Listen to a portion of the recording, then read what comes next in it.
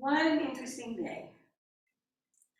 You know, Reverend Ann's theme, Emancipation Proclamation, and she switched the title on me.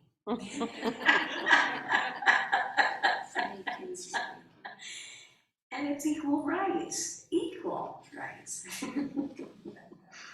So I'm going to offer this. These are my words to start with. In a universal sense, each of us are created from the same stuff. And this stuff is wholeness. And out of this is love, possibility, and equal opportunity to choose to make a life worth and value by being the best we can be, no matter what circumstances we encounter. We have equal rights in God, equal access to divine guidance.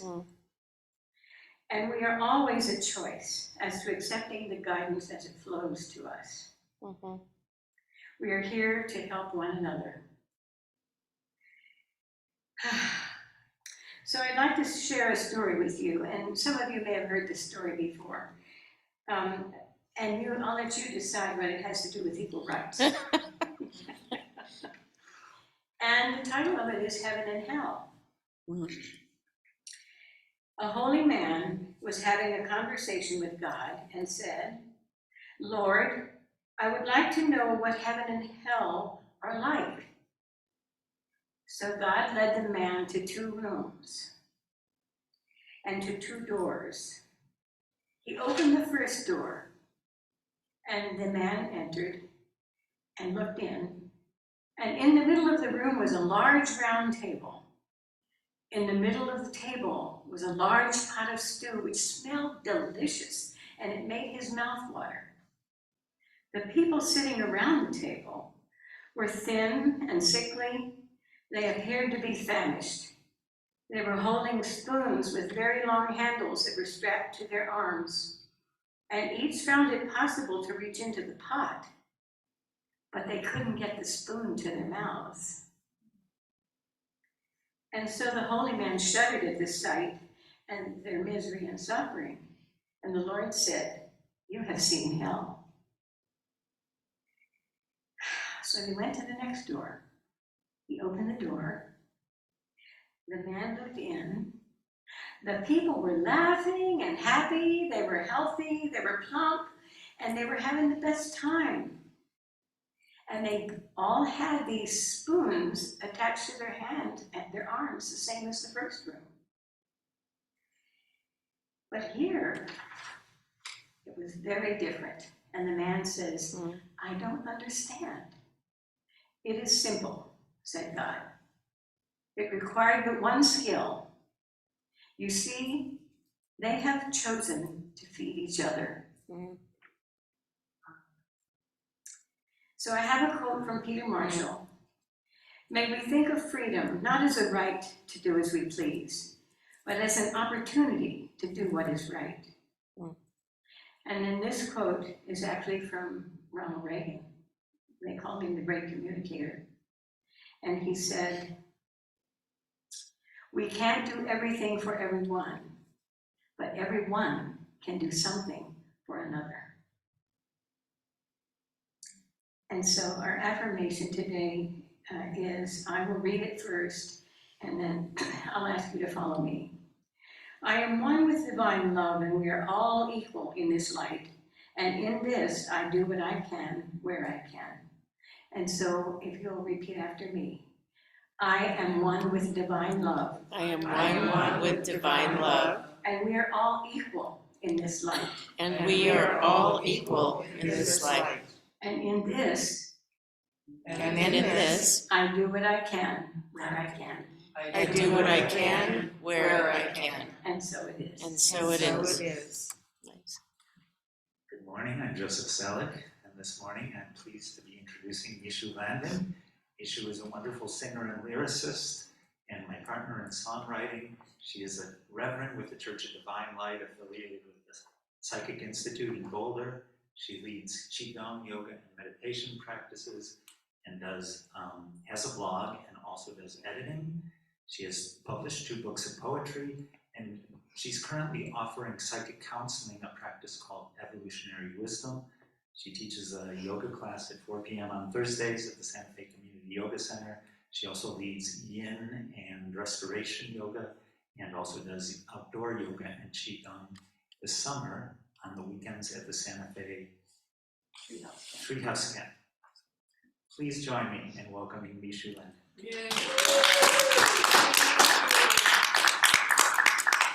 Thank you. And in the ever-changing nature of things, I'm teaching a 10 a.m. yin class at Santa Fe Community Yoga, not the 4 p.m. class. Yeah. Ever-changing moods.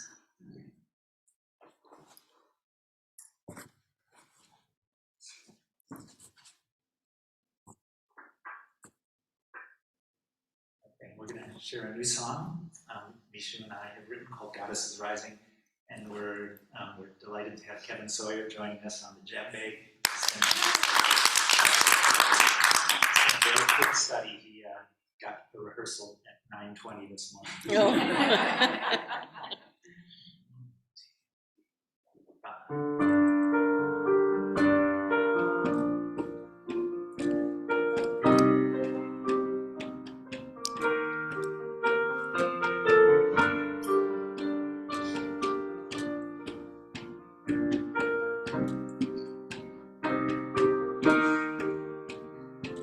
The goddess is rising, new world arriving. Her heart is our heart, loving everything. The goddess is rising, new world arriving. Her eyes are our eyes, dazzled in her bling.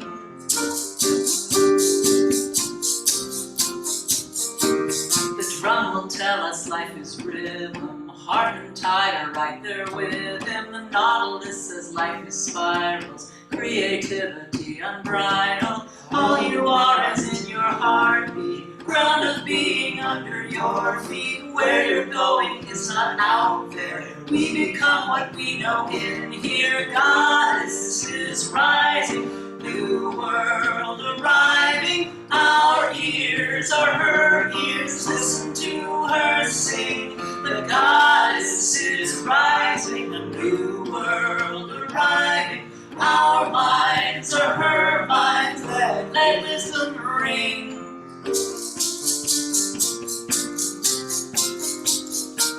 From sea waves to brain waves, life is more than nights and days. Consciousness is always yearning to know itself in what you're learning. Providence is blind to merit, pouring forth simply to share it. Ostinations are preset, all experience is perfect. The goddess is rising, a new world arriving. Her heart is our heart, loving everything. The goddess is rising, new world arriving. Her eyes are our eyes, dazzled in her bling. The goddess is rising, a new world arriving. Our ears are her ears, listen to her sing. The goddess is rising, a new world arriving. Her dreams are our dreams, let freedom reign. Woo!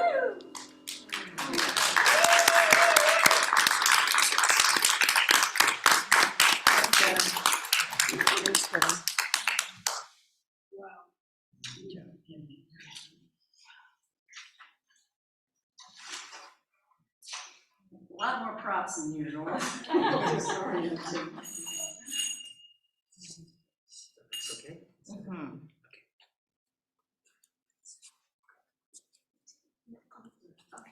Thank you so much.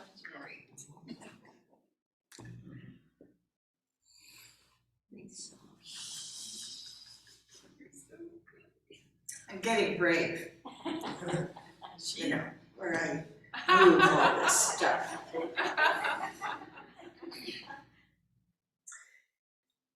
Well, good morning every day. Good morning. Between Patty and the music. Anybody want a cookie and coffee? Because really, you've already had the conversation. No, I'm serious. If you were really listening to the words from Oya which is a Ricky Byers song, to the readings and the personal words that Patty shared, and the goddess is rising.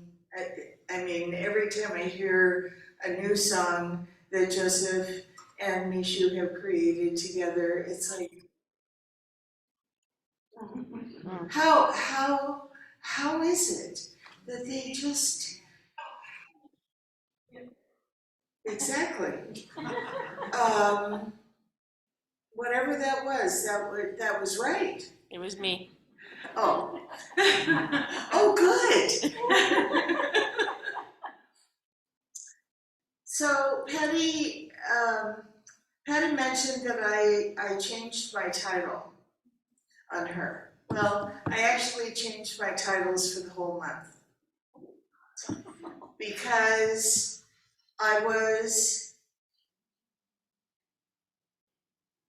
there was a lot of inspiration for me that came through both during and following last week's talk. And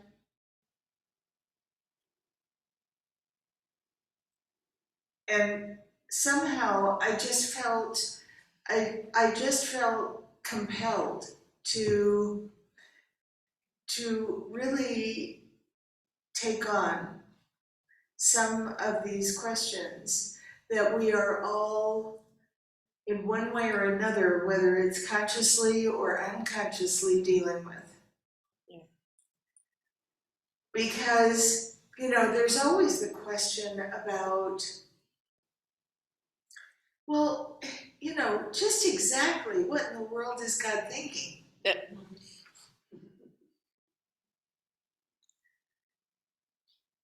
What would Ernest have to say about this?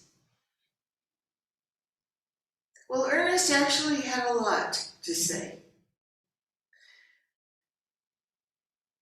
But a lot that Ernest had to say, and equal rights were very much up in his day in a whole different way than they are now. But it's almost like they've never not been up.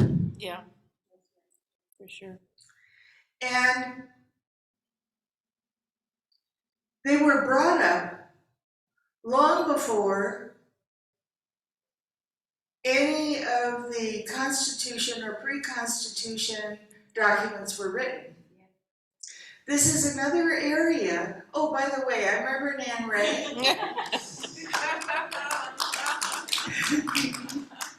And I am delighted to remind you that it is my joy to be with you, to be in your presence, online and in person, and to share these opportunities to explore things together. Explore some of these big questions. So long before any of the Constitution or the pre-constitutional documents were written, equal rights was a thing. And not just in the United States. Now, they weren't necessarily spoken of that way, but when we decided to move here, it was a big deal. Now, we were not the first conquerors of this country by any means. And every conqueror of everywhere, ever, has had their own idea of what equal rights meant. Yeah. Yeah. For sure. And mostly it meant it was equal for them. That's right. And that whoever it was they were conquering were to serve that, Yep. to be in service to that, which of course by implication means to be in service to them Right. and to be in service to their beliefs and to be in service. And this is not about us and them. This is just how it was. Because the conquerors, well, of course, they had a conquering attitude. Mm-hmm. And if you were conquering a people, by default, they were inferior. Yeah. Right? Yes. So it's kind of interesting about US history because the only people that we looked upon as being inferior, and even that wasn't from the very beginning because we did not come here with an attitude of conquering. We came here with the hope of being safe Yeah. and of creating what was then called a new world. You know, in some places it still is. So we came here with the hope of being safe, and we were, many of our ancestors were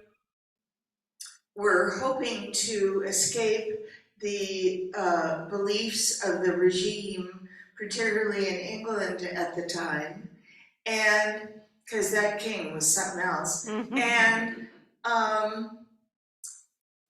And so at first, when we discovered that there were other people already here, which we didn't really know, because they were spread out all over the place, just like they are now. Mm-hmm.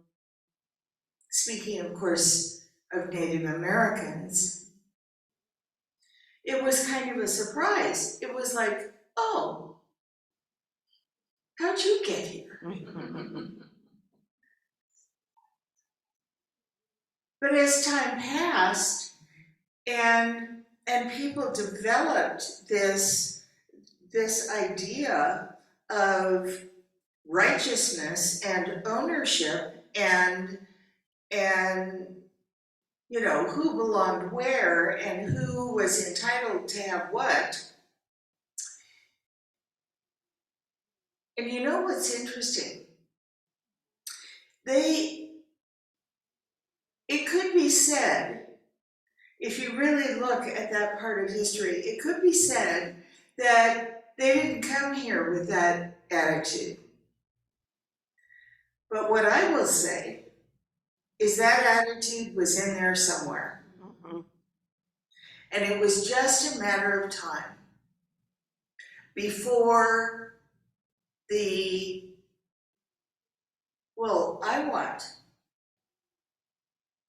this piece of land, and I want to have, you know, all of this, and the fact that you already live here, well, that's kind of inconvenient for you, but you're gonna have to move. That was the best part. Right. Yeah.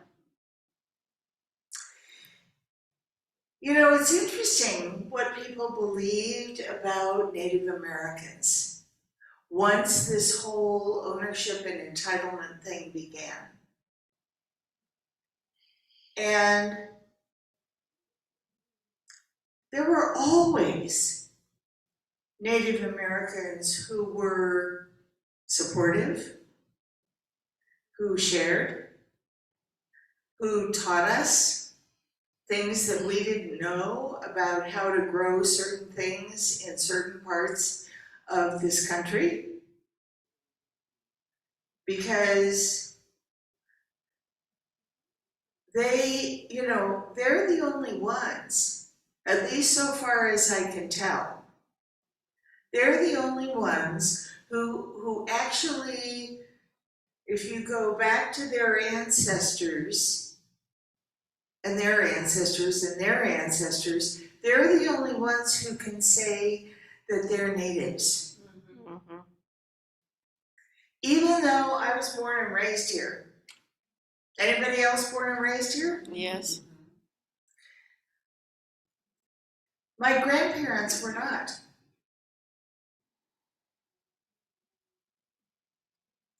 My maternal grandparents were, but my paternal grandparents were not.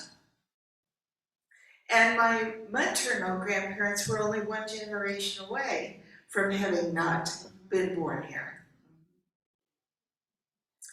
So it's sort of like that thing that I occasionally talk about where I say we've got a lot of nerve thinking that we're so exceptional to the rest of creation. We have a lot of nerve to believe that we are entitled to just assume that this country and its resources and its caretaking, that we're the experts. Because I'll tell you what, the Native Americans have been taking care of these resources Yep. long enough for us to get here. Yeah. Long enough for a lot of mistakes to be made on our part. And I'm not saying shame on us and yay for them. That's not what I'm saying. What I'm saying is that the question of equal rights is an interesting one. Yeah. Now, as Patty pointed out, both in her own beautiful words and in her story and her reading, equal rights are meant to be Everyone's. exactly everyone, everything. All of creation is the same life. That is equal rights. Mm-hmm. And that is the one life, the one power, the one presence, the one love, the one wholeness, the one brilliant creator that is creation itself. That is what entitles us to even talk about equal rights. Yeah. Now, granted, the brilliant men, and they were, each in their own way, who wrote the original documents for this country, when they said equal rights, they weren't talking about women. That's right. And it was another de facto understanding. Mm-hmm. They were not talking about women because women weren't equal to them.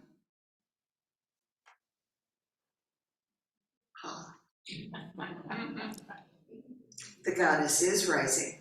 That's right.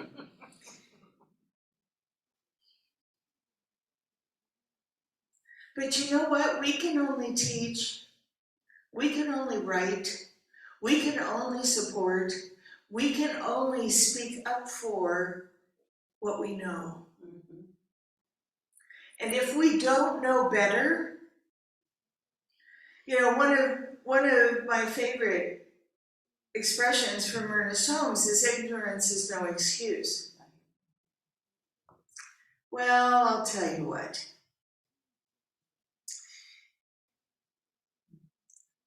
you gotta kind of give them a break. Because they were creating something that had never been created before. They were assembling something that had never been assembled before. Yeah. And that it never occurred to them that everyone was equal under the law, that those words would come back to bite them on the,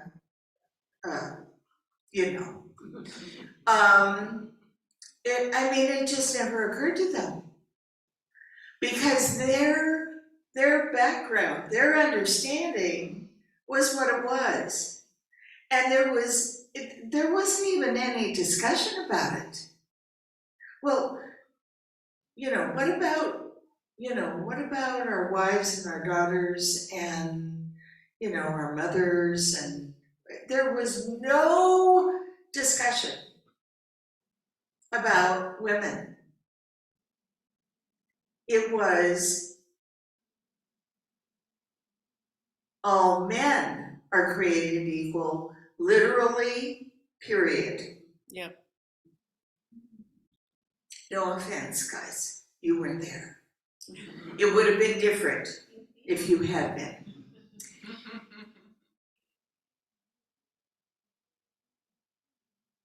So then it became our job.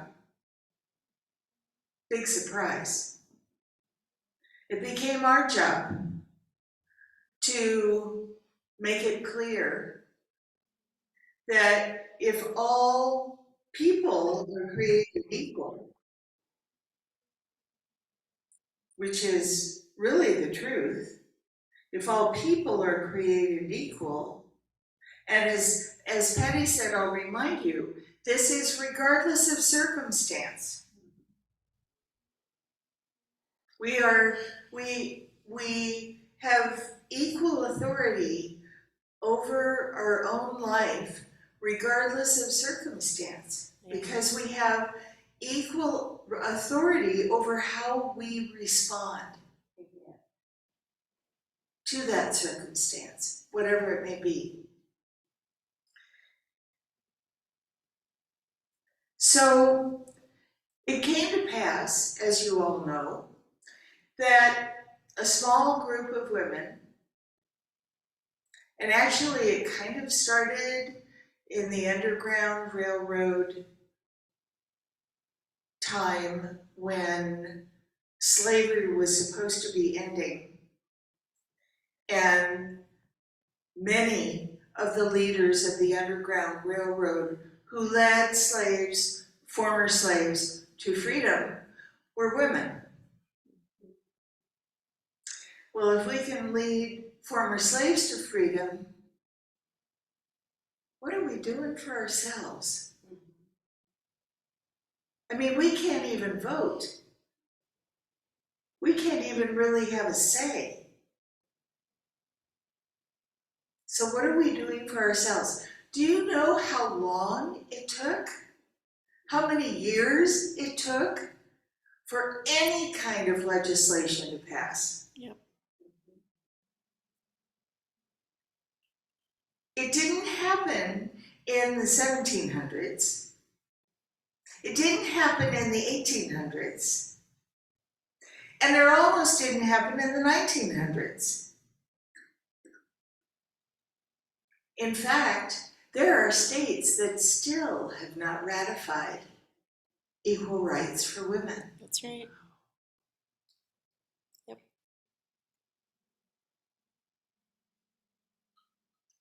And I have a few things to say to them.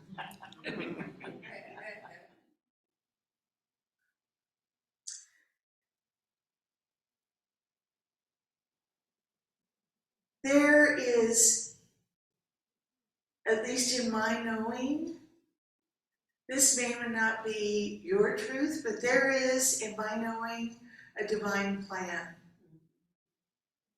a divine pattern. And that pattern is a reflection, the outpicturing of that pattern, the form and the manifestation of that pattern is a reflection of life itself,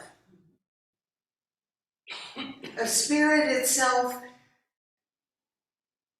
as all.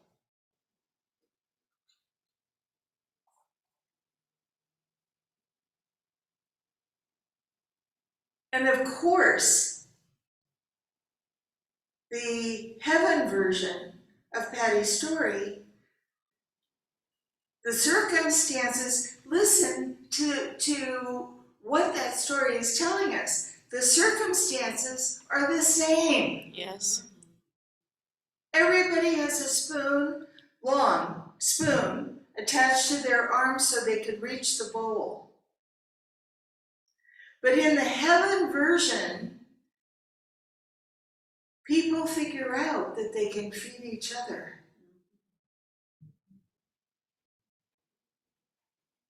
When are we going to figure out that we can feed each other with our minds? We can feed each other with our hearts. We can feed each other with how we see past the circumstance to the solution. Because that's exactly what that story is about. Mm-hmm. The circumstance is the same. Well, what do you think of that? You know, we all have our own ways of reacting to stuff that happens, because stuff happens, right? Right. Doesn't it? Yes. Thought so.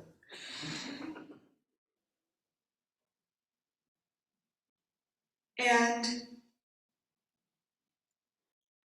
taking a moment, or two, or three, to kind of regroup, because that stuff that happens can be really kind of, woo, it can take us right out of center and cause us to feel really like we don't know what to do, we don't know what the answer is, we don't know how we're going to fix this. We might feel kind of lost. So taking a moment to regroup, to recalibrate, what's the advantage of that? The real advantage of that is not only to get both feet firmly back on the ground, but to remember that we are never in anything alone. Mm-hmm. We are always companioned by that which we are, not that which we feel like, not that which appears to be. We are always companioned by the truth of what we are. And we are, everybody go like this. We are the divine's most precious child. Mm-hmm. Every single one of us. Every single thing. Every single animal. Every single tree.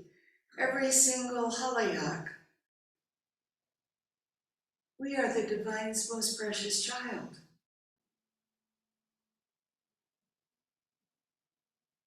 How in the world would I know that? Because we wouldn't be here otherwise. I know, because I have my own feelings about things that are going on in the world, in this country.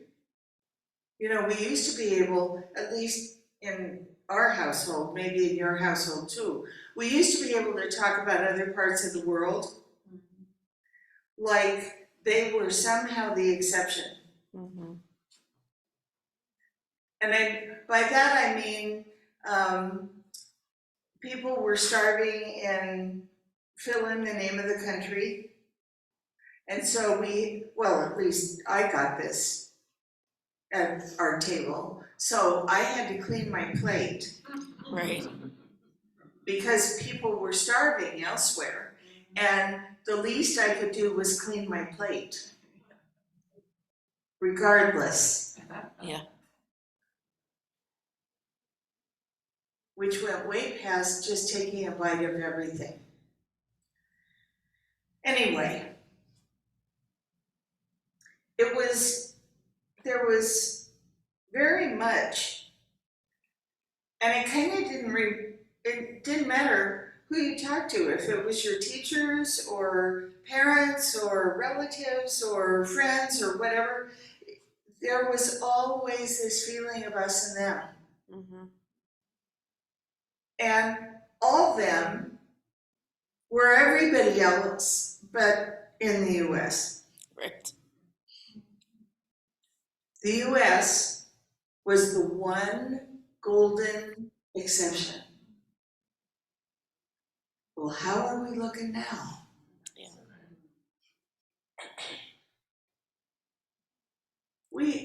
In my opinion, we are not living up to our promise. That's right.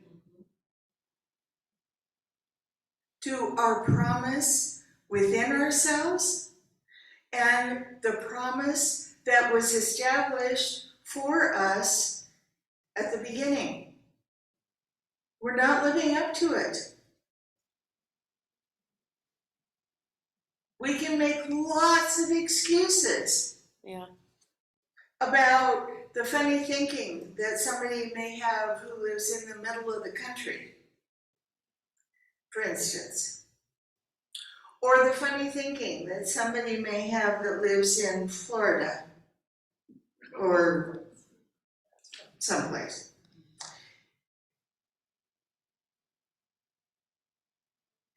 Well, I got news for you. They would think our thinking is off the wall Yes, indeed.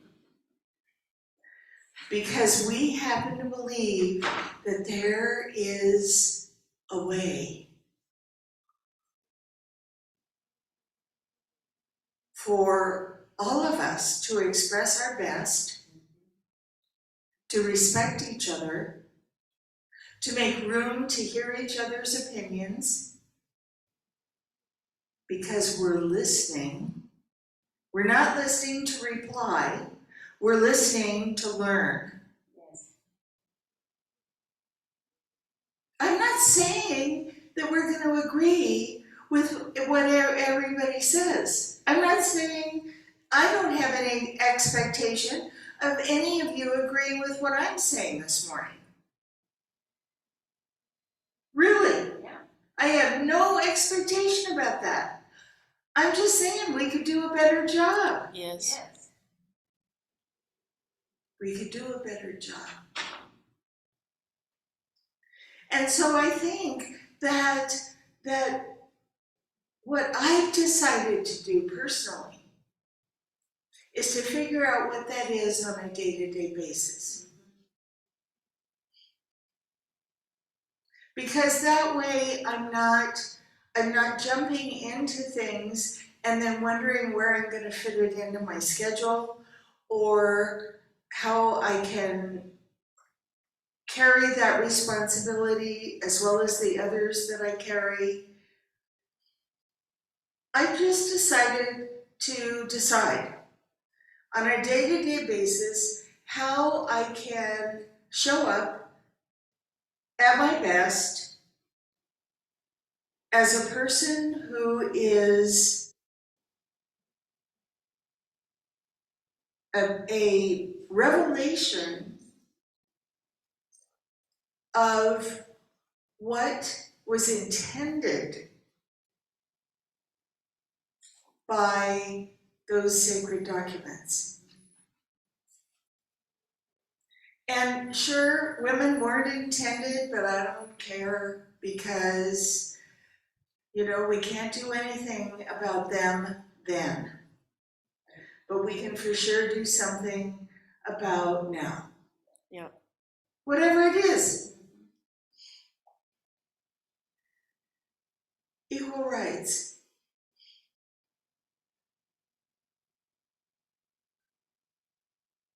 Equal rights.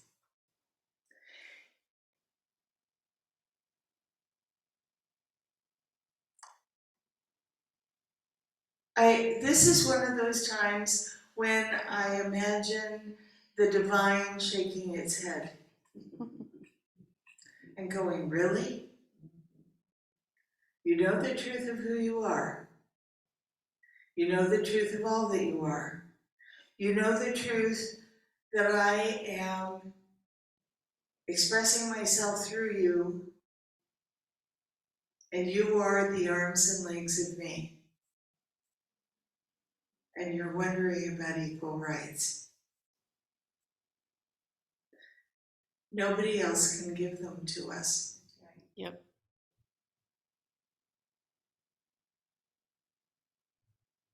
And nobody else can take them away. That's right.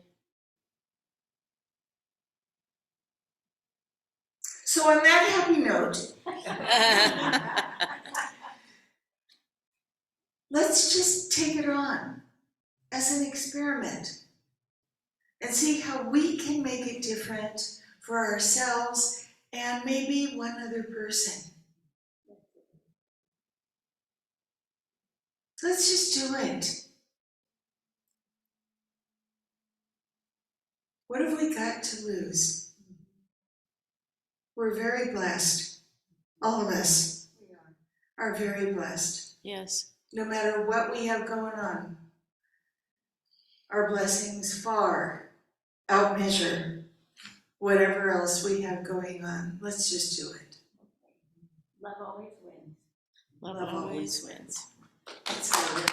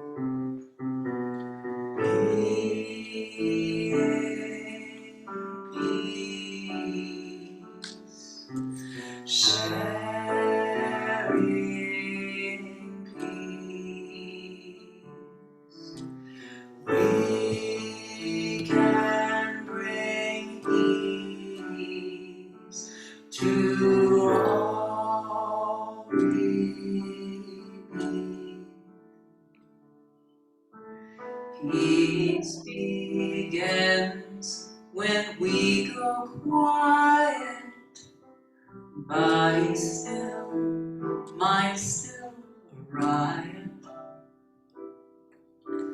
When thoughts spin on autopilot, breathe into your roots of silence. Presence welcomes all.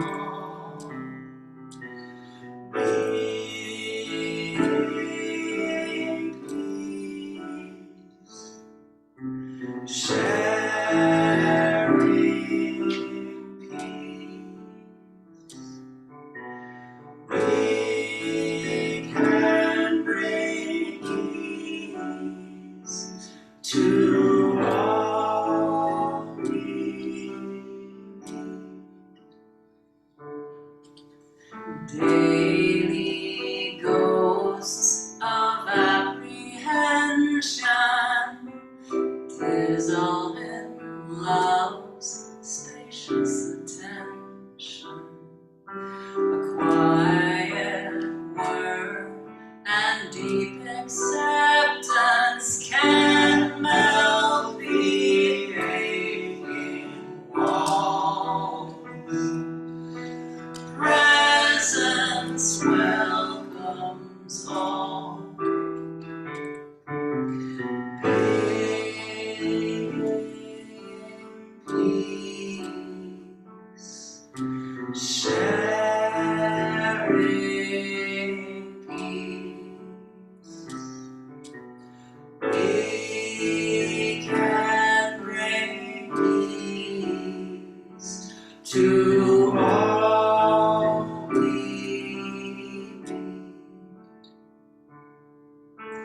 Generosity of spirit saves no man who can hear it. What if your mission now is to listen? All hearts hear the call. Presence welcomes all. Peace.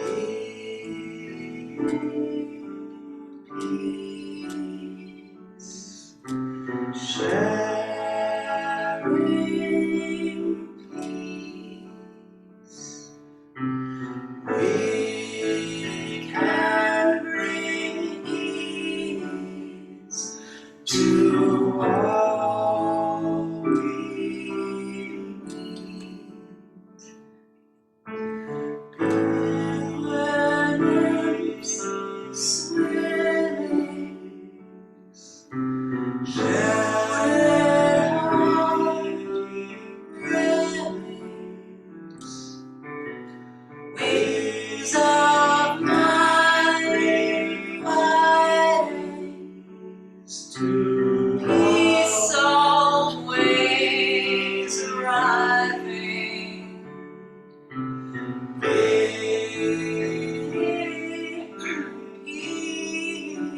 Peace, sharing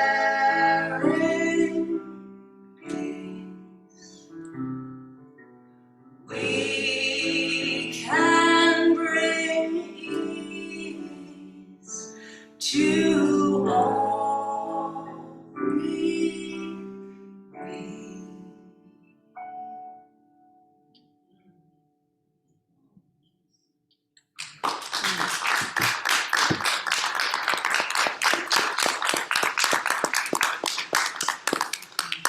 That's who you are. That's where equal comes from.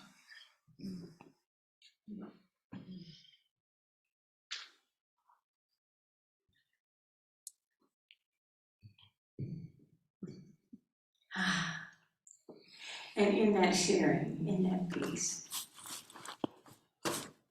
such reciprocity, such joy as we give, we receive, as we give of our talents, our time, our funds, all that we are. It is such a gift, and it comes back to us so multiplied and overflowing that we cannot deny it. Yep. Sometimes we don't recognize it, but I promise you it comes in ways you'll never expect. And so I invite the ushers to come forward now. Thank you, Michou and Joseph.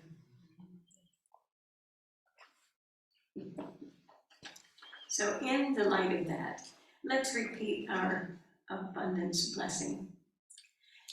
The love of The love of Spirit Spirit blesses and multiplies all that I am, all that I have, all that I give, and all that I receive abundantly. And so it is.